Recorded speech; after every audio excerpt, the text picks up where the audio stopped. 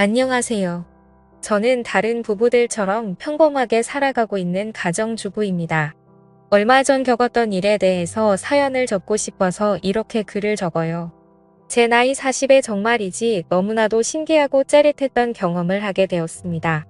남편과 지금까지 살면서 한 번도 부족한 것 없이 사랑을 주고받고 행복하게 살고 있다고 생각했었는데 그날의 추억은 정말로 너무나도 강렬해서 아직까지 잊혀지지가 않네요. 그렇다고 저희 부부가 사이가 안 좋았던 것도 아닙니다. 저희 부부는 예전부터 금술이 좋기로 유명해서 주변 사람들도 부러워할 정도였어요.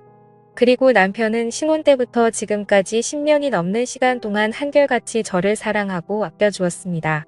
저희 부부는 둘 다 여행을 참 좋아해서 결혼 생활하며 주말에 시간을 내어 전국 팔도 안 돌아다닌 곳이 없을 정도로 많이 다녔습니다.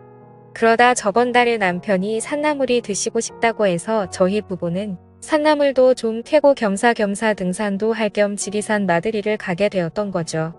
그날은 날씨도 좋았고 몇 년 전부터 시작한 팬데믹으로 인해 여행을 거의 못 다녔기 때문에 마음이 한참 들떴습니다. 산도 좋고 꽃도 좋고 비록 사람이 생각보다 많아서 걱정을 하긴 했지만 마스크를 잘 쓰고 있으니 괜찮을 거라 생각했었습니다. 남편과 손을 잡고 연신 콧노래를 흥얼거리며 산을 올라가고 있었죠. 생각보다 나물 캐는 분들이 많아서 그런지 별다른 수확은 거의 없었지만 그래도 경치가 좋아서 주변을 구경하는 맛은 있더라고요. 게다가 오랜만에 도시에서 벗어나 산속 풍경을 보니까 저절로 힐링이 되는 듯 했습니다. 그러다가 너무 흥이 겨운 나머지 제가 잠깐 한눈 파는 사이에 다리를 헛디뎌서 넘어지고 말았습니다.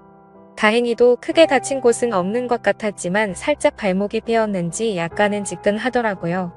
그래도 이 정도면 올라가는데 문제는 없겠다 생각하고 걱정하는 남편에게 괜찮다고 걱정하지 말라고 말을 했고 천천히 올라가면 될 것 같아요. 라고 이야기하고 다시 산을 올라가기 시작했는데 얼마 지나지 않아서 다리가 점점 퉁퉁 붓는 느낌이 들고 걸음을 내딛기가 쉽지 않았습니다. 제가 점점 남편을 따라가지 못하고 뒤처지면서 걷기가 힘들어 보이자 남편은 그런 제가 걱정되었는지 그냥 여기서 다시 돌아서 내려가자고 했고 남편의 부축을 받아 힘겹게 한 발 한 발 조심해서 산을 내려오고 있었어요. 원래 산이라는 게 올라가는 것보다 내려가는 게 더 힘든 것처럼 남편의 부축을 받고 있어도 발목이 점점 아파오고 나중엔 천천히 걷는 것조차 힘이 들더라고요. 몇 걸음 걷다가 쉬고 또 얼마 걷다 말고 앉아서 쉬니까 이러다가는 해지기 전에 내려갈 수 있을까 점점 초조해지고 걱정이 되기 시작했습니다. 남편은 더 늦기 전에 빨리 구조대라도 부르자고 하는데 솔직히 크게 다친 것도 아니고 이런 일로 열심히 일하시는 분들 불러다가 민폐를 끼치고 싶지는 않더라고요. 그렇다고 남편이 저를 업고 내려가기에는 경사가 심해서 너무 위험했고 최선의 방법은 그냥 한 발 한 발 조심히 내려가는 방법 말고는 없어 보였습니다. 그런데 그때 앉아서 쉬고 있는 제 곁으로 누군가가 다가왔어요. 개량 한복을 입고 고무신을 신고 있는 사람이었는데 순간 제정신이 아닌 사람인 것 같아서 무서웠습니다. 머리는 백발이 풍성히 나 있었고 수염은 언제 자른 건지 덥수룩하게 보이더라고요. 그냥 겉모습만 보고 드는 생각은 청학동 훈장님이라고 해도 믿을 정도였습니다. 아무튼 그분은 천천히 저희 쪽으로 다가오면서 무슨 일이냐고 다쳤냐고 물어보는데 그냥 신경 쓰지 말고 가던 길 갔으면 하는 마음이 들더라고요. 그래도 그런 걸 내색하면 예의가 아니다 라는 생각에 다리를 살짝 삐끗했다고 대답을 했습니다. 그러자 이내 그 사람은 자기가 좀 봐주겠다면서 제 다리를 만져봤습니다. 그러자 낯선 사람이 제 다리를 건드리니까 남편이 발끈하며 그 산도깨비 같은 사람에게 당신 뭐 하는 사람이야? 하고 소리를 쳤죠. 돌아오는 대답은 자기는 이 산에 사는 산신령이라는 둥 뭐라 하는데 가짜는 헛소리라고 생각했습니다. 하지만 다른 대안이 없었기도 했고 믿져야 본전이라는 생각에 남편에게 괜찮다고 대답을 했죠. 그리고는 그 산신령이라는 사람이 거친 손으로 제 삐끗한 다리를 여기저기 만지기 시작하다가 허리춤에서 뭔가를 꺼냈는데 작은 바늘이 잔뜩 들어있는 침이었었죠. 능숙하게 라이터로 소독을 하더니 제 다리에 여기저기 침을 놓기 시작했습니다. 그러더니 잠시만 움직이지 말고 이대로 가만히 있으라고 하고는 등산로에서 벗어나 숲속으로 사라져 버리더라고요. 남편과 저는 뭔가에 홀린 사람처럼 정신이 멍해져서 서로를 쳐다보고 있었고, 그로부터 약 10분의 시간이 지났을 때 숲속에서 산신령이 풀을 한 줌 뜯어오더니 그걸 돌에 익혀서 떡처럼 만들었습니다. 이게 약초라며 도시 사람들은 약을 바로 지천에 두고도 모른다며 혀를 차더라고요. 그리고 나서 제 목에 둘러져 있던 손수건을 뺏어서 약초를 제 발목에 붙이고 손수건을 묶어 고정해 주었습니다. 그리고는 남편에게 제 허벅지 쪽을 가리키면서 이곳을 주물러줘야 혈액순환이 되면서 약효가 빨리 돌아라고 말하더라고요.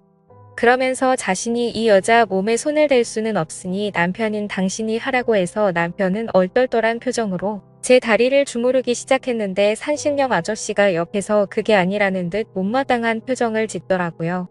결국 휴 고참 나와봐. 내가 할게. 사람이 뭐 일이 시원찮아 그렇게 말하고는 제 허벅지를 엄지손가락으로 꾹꾹 누르기 시작했는데 제가 마사지를 태국에서도 받아보고 진짜 잘한다고 소문이 났던 비싸고 좋다는 곳에서 받아보기도 했는데 그런 느낌은 살면서 처음 받아봤습니다. 진짜 머릿속 정수리 끝까지 짜릿해지는 기분이랄까요? 남편이 옆에 있어서 참으려고 했지만 입에서 비명이 터져 나오더라고요. 5분 정도의 짧은 마사지였지만 그 어느 때보다도 몸이 개운해졌습니다.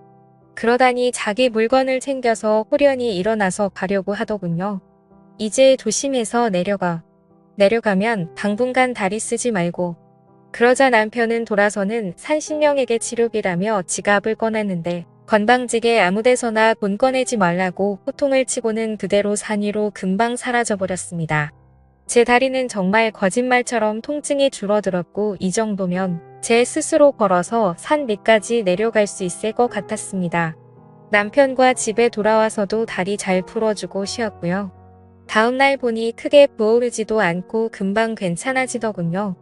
병원에서도 초기에 대응을 잘해서 가만히 놔두면 금방 낫겠다고 크게 신경 쓰지 않아도 된다고 했습니다. 아무튼 생애 처음으로 겪어본 그 짜릿한 마사지가 계속해서 제 머릿속을 맴돌았습니다. 그때 그 손맛이 너무 좋아서 남편에게도 종종 주물러 달라고 하는데 남편이 아무리 노력해도 절대로 그 느낌이 나지가 않더라고요. 사실 그게 당연한 거겠죠. 비싸고 좋은 마사지를 받아도 그런 기분은 겪어보지 못했는데 일반인인 남편이 해준다고 다를 리가 없으니깐요. 정말 이제 와서 생각하면 진짜 그 사람이 산신령인가 싶기도 하고 아무튼 신기한 경험이었습니다. 남편은 그때 워낙 곤욕을 치러서 그런지 올해는 더 이상 등산을 하러 가지 않겠다고 하는데 저는 또 다시 한번 그 산신령을 만나보고 싶어요. 그런 느낌은 대체 어딜 가야 느낄 수 있는지 너무 궁금하고 밤에 잠이 안 올 정도로 생각이 납니다. 이런 생각을 하는 제가 이상한 걸까요? 남편과의 사이는 전혀 문제가 없는데 그때 그 좋았던 기분이 머릿속에서 떠나지를 않습니다. 그래서 주말에 시간을 내서 혼자서 찾아가 보려고 하는데 뭔가 남편에게 말하지 않고 가기에는 미안한 마음이 들기도 하네요. 그렇다고 솔직하게 그때의 일이 생각나서 다시 찾아간다고 말하는 것도 이상한 것 같습니다. 여러분들이라면 어떻게 하실 것 같나요? 저도 이런 질문을 하는 제가 이상한 거 잘 알지만 이런 경험 해보지 못한 분들은 저를 절대 이해 못하실 것 같네요. 솔직히 그 정도로 잊지 못할 경험이었다고만 말하겠습니다. 아무튼 어떻게 하면 좋을지 좋은 말씀 부탁드립니다. 제 이야기는 여기까지입니다. 구독과 좋아요 알람 설정 부탁드려요. 감사합니다.